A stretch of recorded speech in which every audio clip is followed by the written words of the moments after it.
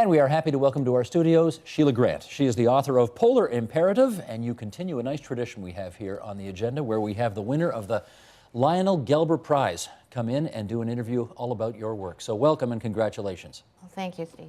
I do want to start with this because you have spent a good deal of your life researching and writing about a part of our world that, you tell me if I'm exaggerating, 99.9% of Canadians probably never think about. So why do you do it? Oh, that's a really good question. I've probably loved the out of doors all my life. My first trip to the Western Arctic was '78, but I fell in love with the Eastern Arctic, Greenland, on a trip with the Canadian Institute of International Affairs, and I got to know a lot of the Inuit leaders. So what draws you there?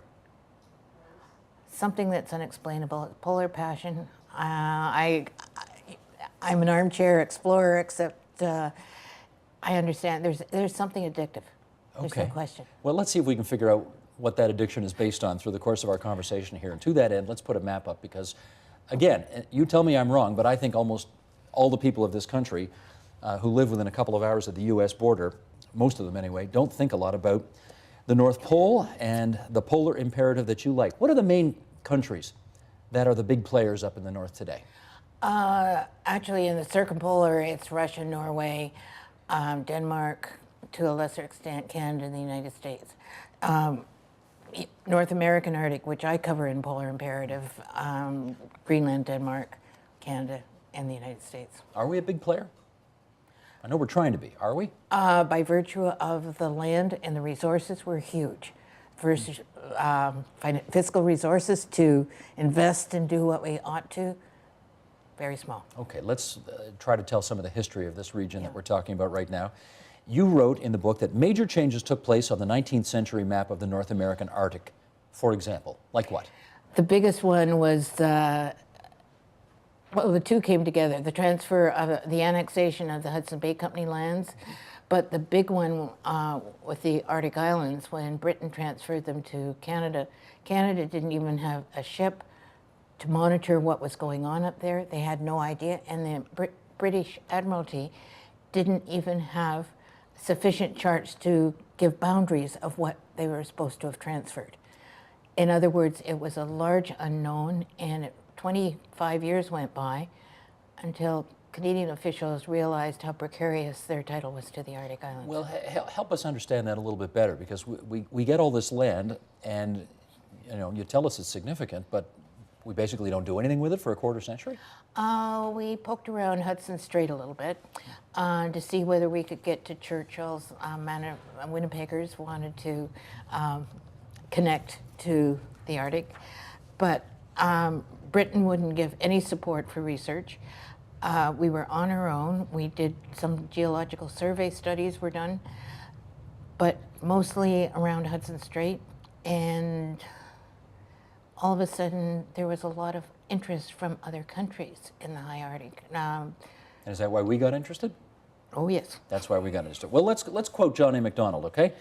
1880, with one signature, Canada becomes the second largest nation in the world. And here's a quote from him before, as you'll see from the date on the bottom line there, before he was Prime Minister. "I would be quite willing, personally," he said, "to leave that whole country a wilderness for the next half century. But I fear if Englishmen do not go there, Yankees will." And that quote was directly related to the annexation of the Hudson Bay Company lands. He didn't really want the responsibility for them at that point in time. Again, we were a small country, and the explosion on the map, within 13 years, we became one of the world's largest countries. But it sounds like we're playing defense. Our interest up there came from playing defense. We didn't want the Americans up there. Well, that's the way it started, and that's the way it continued right through the 20th century. Okay, enough of the history lesson. Let's talk more about sovereignty, because we hear this expression all the time, but I want I guess a better understanding from someone who knows the area so well of what it means. Arctic sovereignty equals what exactly? Okay, I use two definitions of Arctic sovereignty. De jure sovereignty is an international legal term, refers to power over a specific region with precise boundaries, legal and political, with agreement by other countries. And our sovereignty over the Arctic Islands landmass is secure. There's something called de facto sovereignty. It's a generic term, for want of a better word. It's a general term used to the loss of control, like loss of immigration or laws, or you're not being able to assert the rights that a normal sovereign country would have in an area. And that's the issue now, is over the Arctic waters. We have rules that so far I don't think we can enforce beyond maybe the tube, but we don't have the ships, the manpower, and the deep sea ports, all the infrastructure that's required. Greenland is far better off, So and so is Norway. It's all well and good then to say, this is our area, we have sovereignty over it, Yeah. but if you can't walk the walk, That's right. what's the point? And historically, I go back, Russia, they had both the United States and Great Britain had treaties with Russia recognizing their rights to Alaska. But Russia couldn't control their shipping, getting their furs back to the country, and finally gave up because they couldn't afford it. You're the perfect person who asked this question. Can you really see Russia from your porch in Alaska? No, it I doesn't don't matter. have a porch in Alaska. Oh, but Sarah No. Palin does. Anyway, we'll move along. Here's another quote. There are two distinct images of the Arctic in the minds of most North Americans. One is largely imaginary, the other rooted in reality. What do you mean? Okay, the imaginary one. The pristine Arctic. Beautiful icebergs, glaciers, blue sky. It's in coffee table books and documentaries, and it sort of sticks in the mind. Two realities.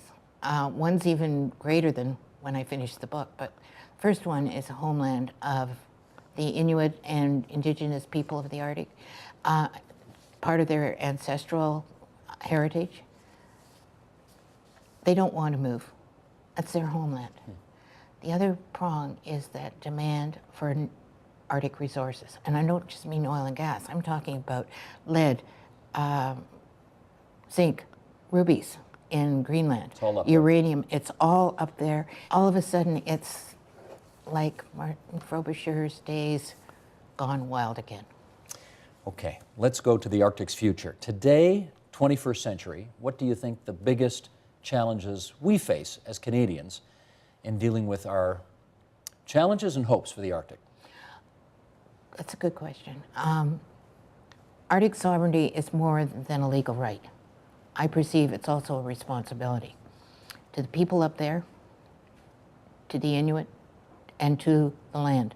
So we have a responsibility of protecting it against degradation, just rampant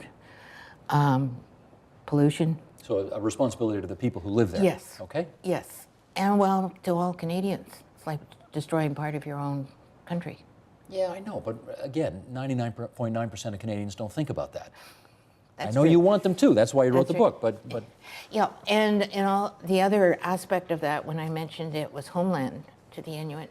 Don't forget, the book shows how far behind Canada has been compared to Greenland and Alaska with regards to providing the Inuit with the modern tools to have a sustainable life in the world today. okay. And part of it's education. We're going to put another map up right now because we want to talk about what the shrinking Arctic ice Yes. means for the Northwest Passage and what the potential economic ramifications of that are. So if we can, let's see that map, and then you can tell us about, see, look at that, how it's shrinking Yeah. there right now. Thank you very much, climate change. What And does all that mean for us now? well, it's even shrunk another 30% last summer. Huh. Okay. It means that shipping, travel is going to multiply. Access to all the minerals, both seabed mining and on-land mining. The commercial traffic is escalating, and we're the ones that don't have the ships to monitor. Most of the icebreakers are made in South Korea. South Korea has its own research vessel. China has its own research vessel. It actually, its icebreaker is the largest, they claim, Nobody's quite measured it. But it sounds like you're saying if we ever got our act together, we have some potential economic exploitation in the good sense of the word, that could happen there. Oh, absolutely. But also we have to cooperate with the other Arctic countries, but we also have to cooperate with the United States. And they're as far behind the 8 ball, behind times, as we are. And the U.S. Navy is pushing for more money to be invested in Arctic. You're watching Norway and Russia have a joint agreement now, cooperation. We need that right around. Norway has got the most progressive Arctic policy I've ever read. China and Germany, Japan have all considered the Arctic as part of a global commons, and that the Arctic countries don't have the right to divide it all up among themselves. Here's a bit of an odd question then. In a perverse kind of way, has climate change brought about some positive consequences because a lot more countries are a lot more interested in what's going on up there right now? Plus and minus. Plus and minus. If we had our act together like Norway and Russia has at the moment, we would be, and even Denmark, we would be a lot more comfortable. Now, what do you mean we don't have? Because Stephen Harper, of course, has made, I think, Arctic sovereignty and has probably spent more time going there and dealing with this issue than probably the previous 5 prime ministers combined. So, if you take the whole total tally, most of that money's been spent in military defense, which I argue, I agree, that we should be able to defend the Arctic just as much as Victoria and Nova Scotia. But the fact is, it's part of a national defense cost, not an Arctic sovereignty cost. And we need more than military. We need the ability, the civilian side, the infrastructure. To be there on the ground. And to be able to enforce our own rules. What do you think we're doing right up there? Probably just by virtue of focus.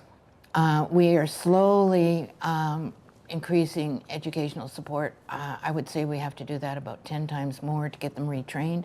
But maybe we can get, Lawrence Cannon had an idea of getting more volunteer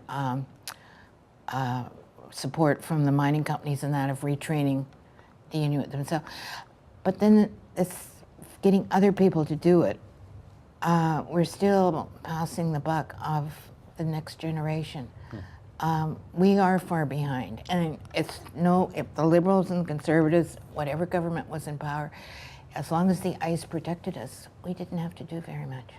Given how much focus the Harper government has and had put on the North, how disappointed were you that it virtually got no mention at all during the recent election campaign? Most of the Arctic policy they brought out last summer was excellent, except I would say 80% of it was "we will." In other words, there were promises. And it's how they are able to implement those promises is going to mean success or failure. I support totally that Arctic policy, the foreign policy. But we're going to have cooperation with the other Arctic countries.